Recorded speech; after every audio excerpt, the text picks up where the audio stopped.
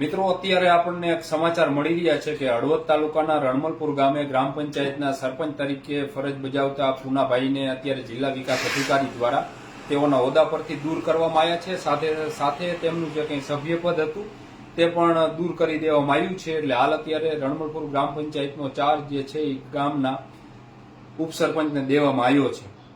આની મિત્રો વાત કરીએ તો આમ તો જે ગ્રામ પંચાયતના સરપંચ હોય તો એના પરિવારમાં ગ્રામ પંચાયતના વિવિધ વિકાસના જે કંઈ કામો હોય તો વિકાસના કામોનો કોન્ટ્રાક્ટ એ ગામના સરપંચ જે છે એના છોકરાને કે એના પરિવારમાં ટૂંકમાં બ્લડ રિલેશન હોય તો એને આ પંચાયતનો એક નિયમ છે, એની જે કંઈ નિયમ છે એમાં કે એ કામ ન આપી શકે. વિવિધ વિકાસના ગામોમાં જે કંઈ કામો હોય તો એ ન આપી શકે. પરંતુ રણમલપુર ગામના જે સરપંચ છે પૂનાભાઈ દેવાભાઈ રાઠોડ, તો તેઓની સત્તાનો દુરુપયોગ કરી અને તેઓનો દીકરો છે પ્રવીણ, તો તેના નામના જે કંઈ વાઉચર છે ગામના વિકાસના વિવિધ કામો કર્યા હતા તેના વાઉચર એમના દીકરા પ્રવીણના નામના બનાવ્યા હતા. જેની જે કંઈ વાત છે એ ગામના જાગૃત લોકો દ્વારા જિલ્લા વિકાસ અધિકારીને કરવામાં આવી હતી અને જિલ્લા વિકાસ અધિકારી દ્વારા આખરે આ પૂનાભાઈ છે તેઓને સસ્પેન્ડ કરવાનો જે કંઈ હુકમ છે એ કરવામાં આવ્યો છે.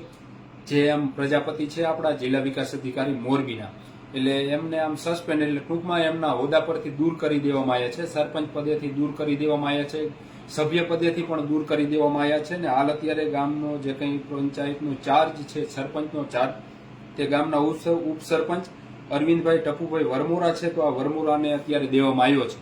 આની સાથે મિત્રો થોડી મહત્વની એક વાત આપણે એ પણ એક કરવી છે કે આના પહેલા જ્યારે જાગૃતિબેન સરપંચ હતા ગ્રામ પંચાયતના, એટલે કે પૂનાભાઈ જ્યારે ચૂંટાયા એ પહેલા, તો ત્યારે એ આખી બોડી જે છે એ સુપરસીડ કરી દેવામાં આવી હતી. મતલબ કે આખી બોડી જે છે એ ઘરે વહી ગઈ હતી, નવેસરથી ચૂંટણી થઈ. એટલા માટે થયું હતું ગ્રામ પંચાયતનું જે કંઈ બજેટ મંજૂર કરવામાં આવે, ગ્રામસભા જે બેસાડવામાં આવે, તો એ બજેટ 3 વખત મીટિંગ મળ્યા બાદ પણ જે છે એ બજેટ મંજૂર ન થયું અને એના કારણે એ સમયે જાગૃતિબેન સરપંચ હતા, એમની આખી જે કંઈ બોડી હતી તો એ આખી ઘરે વહી ગઈ હતી, કારણ કે એ એમની કામગીરી કરવામાં આપણી ભાષામાં કહી તો નિષ્ફળ ગયા હતા. અને આ બીજી ટર્મમાં અત્યારે જ્યારે આ પૂનાભાઈ સરપંચ બન્યા હતા, પૂનાભાઈ દેવાભાઈ રાઠોડ, તો એમને એમના દીકરાના નામના વાઉચરને બનાવ્યા, કારણ કે એમના દીકરાને કામ નહીં આપ્યું હોય છે, ગામના જે કંઈ વિકાસના કામો થતા હોય તો ખરેખર આપી ન શકે. અને આ ગામના જાગૃત લોકોના ધ્યાને આવી અને એને જિલ્લા વિકાસ અધિકારી JM પ્રજાપતિને રજૂઆત કરી હતી. રજૂઆતના અંતે અત્યારે આપણને સમાચાર મળી રહ્યા છે કે પૂનાભાઈને સરપંચના હોદ્દા પરથી દૂર કરી દેવામાં આવ્યા છે, સભ્યના હોદ્દા પરથી પણ દૂર કરી દેવામાં આવ્યા છે. અને અરવિંદભાઈ ટપુભાઈ વરમોરા છે તેઓને રણમલપુર ગ્રામ પંચાયતનો ચાર્જ છે તે આપવામાં આવ્યો છે. એટલે આમ તો મોટા ભાગે, કારણ કે રણમલપુરનું 2800નું તો વોટિંગ છે મિત્રો, એટલે અંદાજે 4500 થી 5000ની તો ગામની વસ્તી છે. 2800નું વોટિંગ હોય એટલે આટલી મિનિમમ વસ્તી હોય ગામની.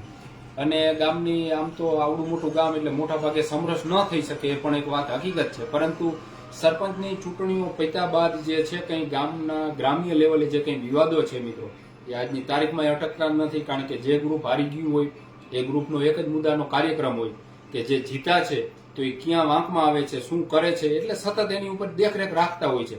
નહીતર પહેલા આવું નહોતું, સરપંચ તરીકે હારી જાય તો પછી હશે આપણે ન મેળાયો તો ન જીતીએ કે હારી ગયા.